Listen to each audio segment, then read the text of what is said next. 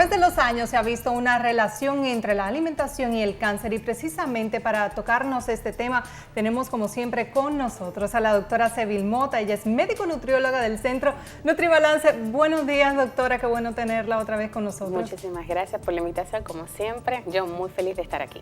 Aunque hemos hablado en todo el programa sobre lo que es el cáncer y todo lo que tiene que ver con esta enfermedad, vamos a recapitular un poquito qué son las células cancerígenas para entender cómo funcionan en nuestro cuerpo. Claro, es importante iniciar diciendo que nuestro cuerpo está compuesto por un montón de células sanas y que son millares y millares de células, las cuales componen todo el organismo. Cuando estas células normalmente tienen un crecimiento que dura un periodo X, dependiendo del tipo de célula, las células de la piel, las células del intestino, dependiendo del tipo de célula, pues tienen una vida media, la cual va del nacimiento de la célula hasta que se ponen viejecitas y mueren. Y luego vuelve el ciclo a recuperar, a nacer una célula nueva. Este ciclo toma un tiempo X, pero cuando, por ejemplo, las células ya son cancerígenas, son células malignas, donde hay un crecimiento abrupto, sumamente rápido, al cuerpo no le da tiempo a que la célula vuelva a su estado natural, de cero, sino que siendo viejitas, ellas se comienzan a multiplicar y forma una proliferación a tal punto de que crecen y se forman masas que se llaman ya tumores, que pueden ser palpables o no, dependiendo de su localización y qué tan drástico haya sido el crecimiento acelerado de este tipo de células. Bueno, como decía, a través de los años se ha venido estudiando como la relación que hay entre la alimentación y la prevención del cáncer y también después que tú tienes cáncer. Antes de cómo podemos prevenir el cáncer a través de los alimentos, ¿qué tan importante es esto? Sí, claro, es importante recordar que hay factores, los científicos han determinado que hay factores que tú puedes como tomar en cuenta para tú cambiar de hábitos y hay otros factores que tú no puedes cambiar. Por ejemplo, el tema del fumar, el fumador, el cigarro, el tabaco, es un factor que tú puedes cambiar, un factor que depende de ti. Sin embargo, el factor genético es un factor que no depende de uno, viene muy innato, el crecimiento de la célula ya viene desde nuestro nacimiento. Pero definitivamente, cosas que están en nuestro alrededor, que hacemos en el constante vivir, definitivamente pueden ser un plus en el cambio de nuestro estilo de vida. Factores como de riesgo, llámense el tabaco, llámense el alcohol a largo plazo en muchas cantidades, el consumo de grasas saturadas, trans y obviamente tiene una íntima relación con el tema de la obesidad y el sobrepeso. Y se ha visto en los últimos años, han relacionado los edulcorantes artificiales, por lo menos algunos, el aspartame y esto, y los nitritos y nitratos de algunos embutidos. Eso es correcto. O sea que hay que cuidar eso en materia de prevención. Sí, eso es correcto. Pero ya cuando vamos a un paciente que ha sido diagnosticado de cáncer, ¿qué tan importante es esa alimentación en la recuperación? Claro, lo importantísimo de primera mano es, al paciente le diagnosticaron cáncer, entonces a partir de ahí una evaluación nutricional del paciente como tal, una evaluación completa del paciente. A partir de ahí entonces ya se determina si el paciente está en bajo peso, estaba en peso ideal o estaba en sobrepeso o obesidad. Entonces se debe de mejorar la condición del paciente. Si el paciente estaba en bajo peso, buscar las alternativas de nutrición y de tratamiento orientadas a mantener el peso, mejorar el peso primero, mantener el peso y que posterior desplace o reduzca los efectos secundarios que pueden introducir el tratamiento, cualquier tipo de tratamiento anticancerígeno que se haya elegido para el paciente. Precisamente, ¿qué tipos de tratamiento se pueden elegir para los pacientes con cáncer? Bueno, hay varias alternativas terapéuticas dependiendo ya la que se une más a su caso y las alternativas que le dé su médico especialista, oncólogo cirujano.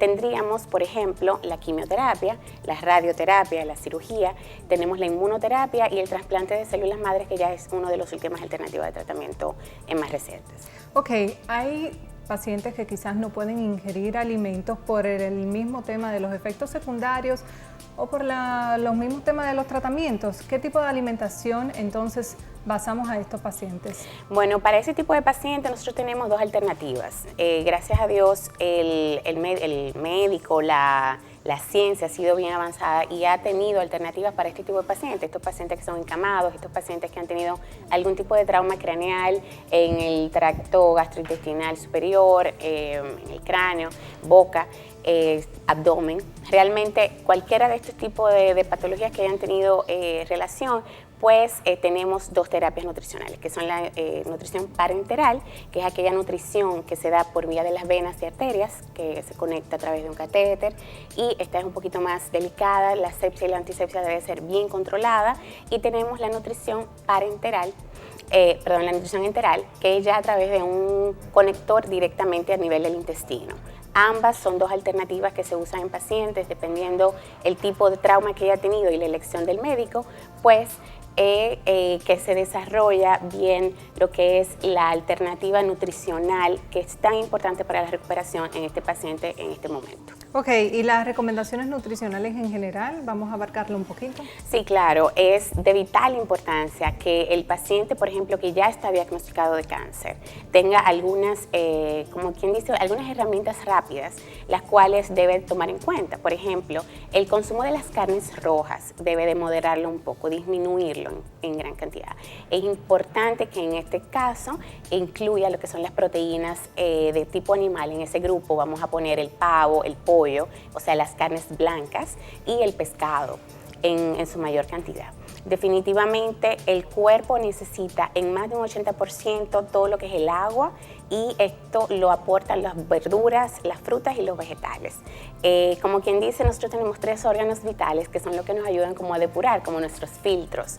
Y esos 3 órganos van a ser el pulmón, por medio de la respiración. Nosotros eliminamos CO2 e incorporamos a nuestras células oxígeno, que los cuales lo necesitamos de forma vital todos los días para tener una adecuación, incorporar esa circulación de oxígeno vital para nuestras células. Las células malignas no viven en un área que esté oxigenada y que tenga un buen flujo de oxígeno. Por ende, una terapia de buena respiración en las primeras horas de la mañana son de buena recomendación. El riñón es otro órgano vital para el tema de eliminación de toxinas e impurezas. Entonces ahí es vital porque él trabaja no solamente con el tema de la acidez, sino también con la alcalinización. Las células malignas no quieren nada que ver con la alcalinización de la sangre, ni ese tema. Por ende, eso lo recuperamos con buena ingesta de vegetales, verduras, esos jugos verdes en una merienda de la mañana, una merienda de la tarde, son un buen aporte. Y por último, y no menos importante, está el hígado, el cual trabaja con la metabolización y trabaja con todas las funciones de descomposición de todo lo que nos comemos, bebidas, líquidos, alcohol, todo en general, grasas, y que también ayuda a que nosotros eliminemos toxinas. Estos 3 órganos, de la manera más importante de limpiarla es consumiendo estos grupos de alimentos. Bueno, como cuando tú eres diagnosticado con cáncer, tú siempre buscas apoyo psicológico, y sería bueno entonces también buscar un apoyo nutricional con un médico experto en esta área. Sí, claro que sí. El paciente que se diagnostica con cáncer no solamente es un tema mental, sino también un tema físico, sino también un tema de espíritu. Entonces es como esas 3 cosas hay que trabajarlas en granel y juntas, en combinación, porque a veces la persona se vuelve muy depresivo, se toma irónico, con ira, enojo, y todas esas sensaciones esos sentimientos hay que eliminarlos. Hay que comenzar a poner el darle color a la vida, hacer una actividad que hace mucho que no hacía. Dependiendo de la edad del paciente, bueno, pues arriesgarse un poquito más